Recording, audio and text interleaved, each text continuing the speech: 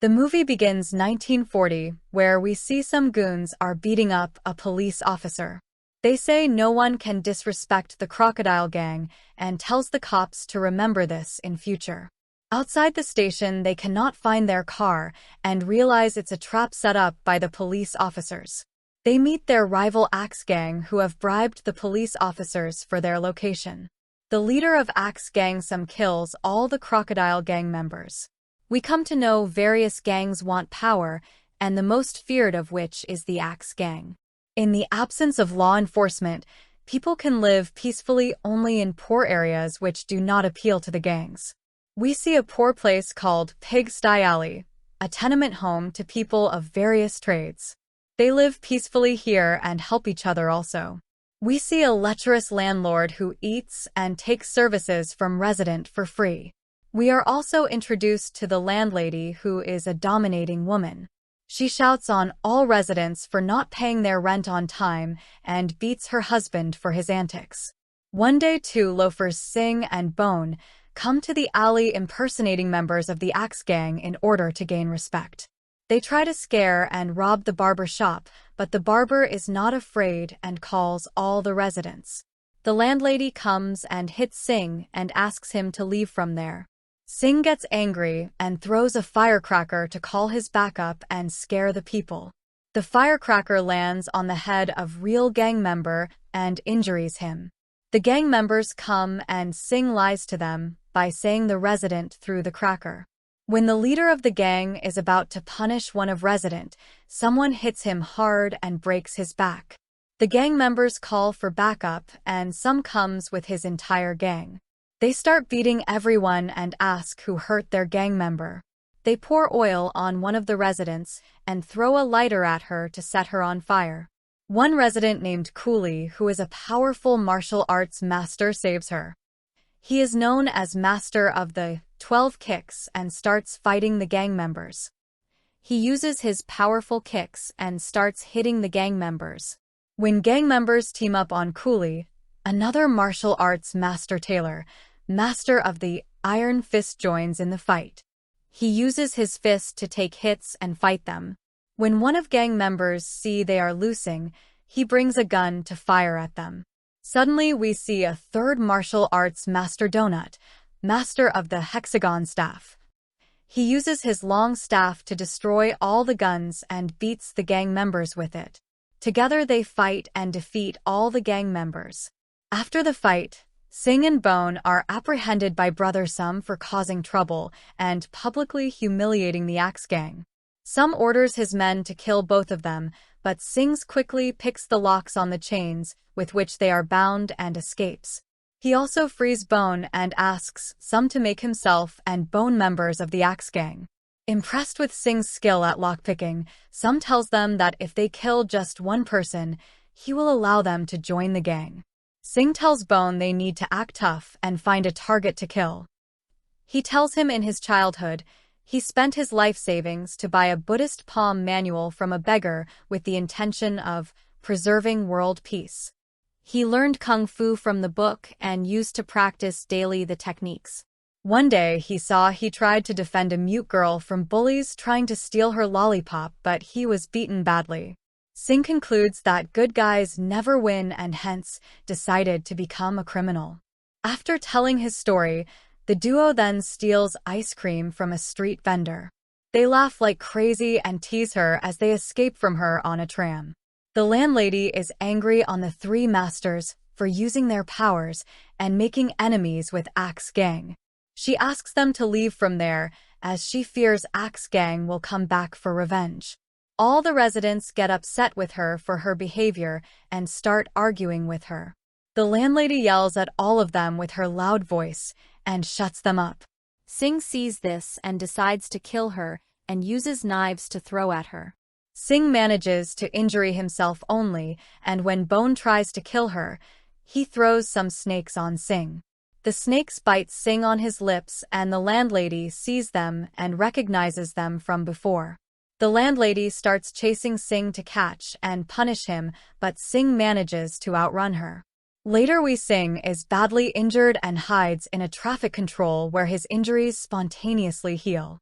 During this healing, he unconsciously strikes the steel sides of the traffic control, leaving deep impressions of his hands. Later Bone meets Sing and asks him how has he fully recovered and so fast. Sing says he does not remember being healed and is unable to explain it. Some has hired 2 assassins who are blind but very skilled killers.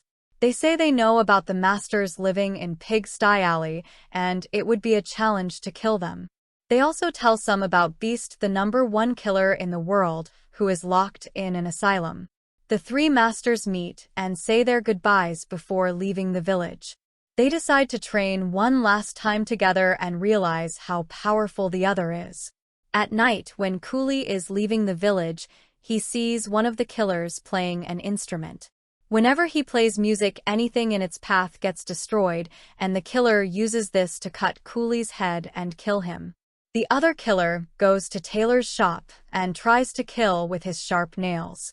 The tailor uses his iron fist and manages to evade him and starts fighting him. While fighting, they both come outside where the first killer is still playing music. The musician plays a tune and it goes towards the tailor like a sword, even cutting stones. The tailor picks and throws a stone on the musicians, but he plays a powerful tune to destroy the stone. The tune also hurts the tailor very badly and he falls on the ground. The musician tries to kill the tailor, but Donut comes and saves him. He uses his staff to block the tunes and starts fighting them and launches an attack on them. Both the killers start performing together and release a powerful tune to break the staff. They send more powerful attacks to kill Donut, but Taylor comes in between and saves him. Taylor has suffered a lot of injuries and dies. The musicians play a tune to kill Donut also, but the landlady shouts from top to stop their music and breaks their chords. The 2 musicians are stopped by the landlord, who is also a master in a technique called Drunker Master. His movements are light as a feather and diverts all attacks of the musicians on each other and injures them. The musicians apply new string on their instrument and play a powerful tune, which creates soldiers made of sound to kill the landlord. The landlady comes in time and shouts on top of her voice, which destroys the soldiers and the musician's instrument. The musicians realize that the landlady is also a master known as Roaring Lion and accept their defeat. The landlady warns some and his men to leave from there. Later we see the residents ask the landlord and landlady why didn't they use their power before to stop the Axe Gang. They say they has lost their son in a fight and swore not to use their power for revenge. The residents ask to train them, but they say only 1 in a million becomes a master.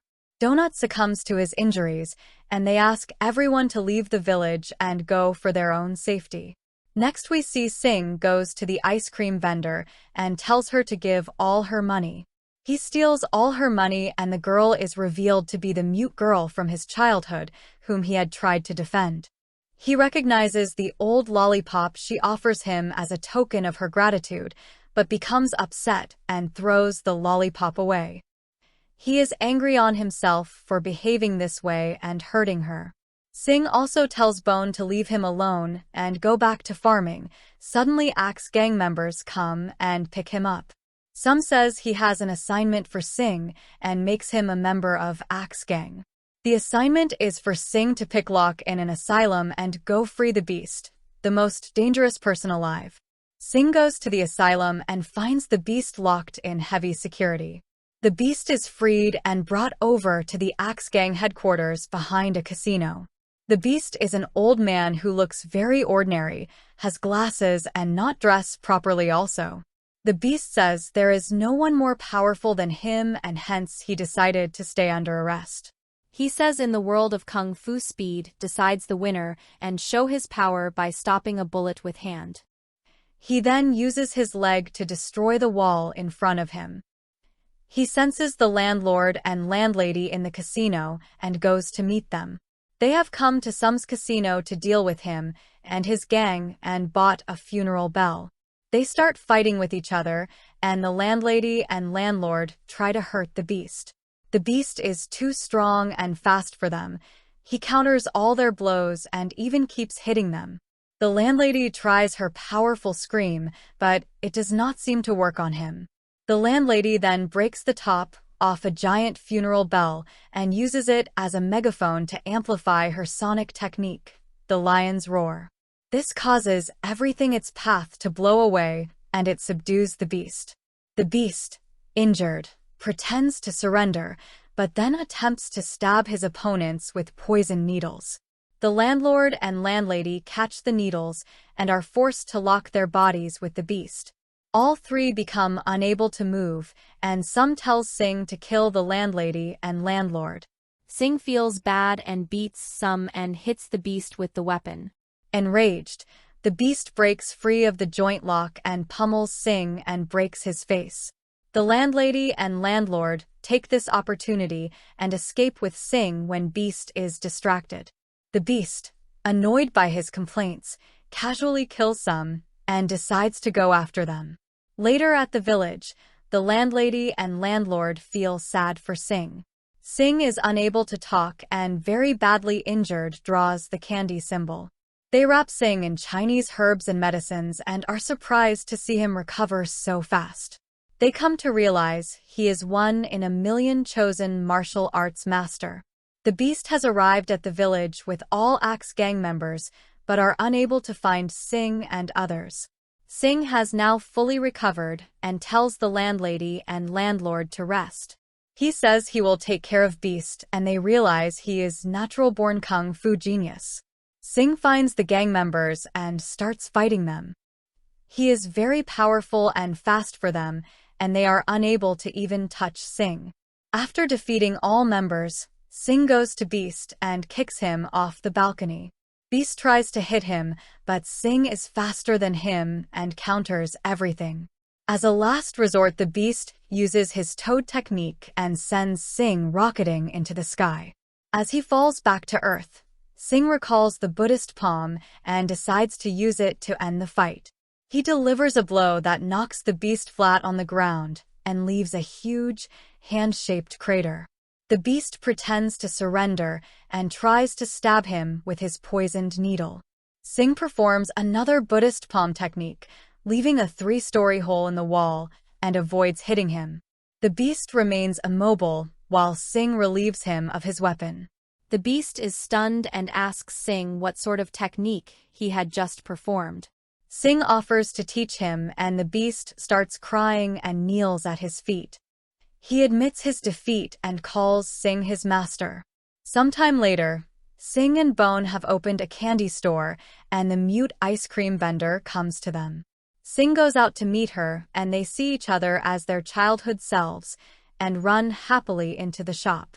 Outside, the same beggar who sold Sing the Buddhist palm manual offers a selection of martial arts manuals to a boy eating a lollipop.